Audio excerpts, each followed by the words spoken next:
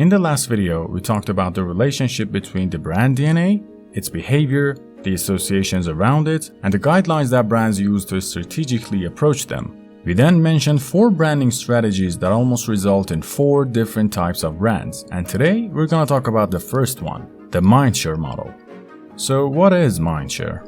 Simply put, Mindshare or Mindshare is a term akin to market share, another way to measure the success of a product or brand. Therefore, when we say a brand has a high mindshare, we mean there are strong associations about it that are shared between a large number of people.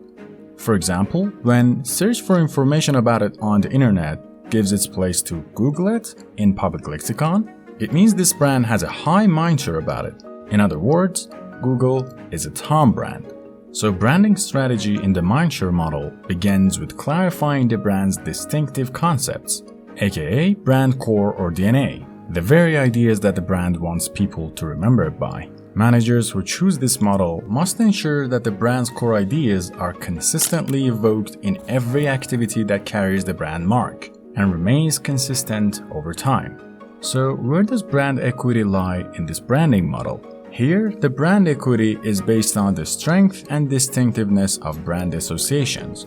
In other words, the brand DNA lodged in the consumer's mind is its source of equity. The more firmly planted, the stronger the brand.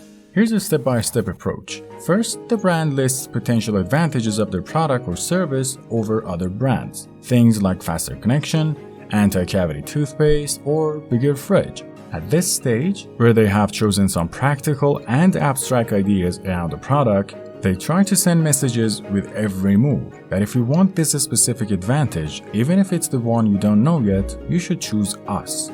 After that, they mostly deal with the execution of this message-spreading mission to make it as compelling and timeless as possible in every attempt, by using creativity and storytelling as add-ons. Finally, Mindshare model, with its commonly known linear strategies for managers, is the birthplace for the next branding model, the emotional branding, which we'll talk about in the next video.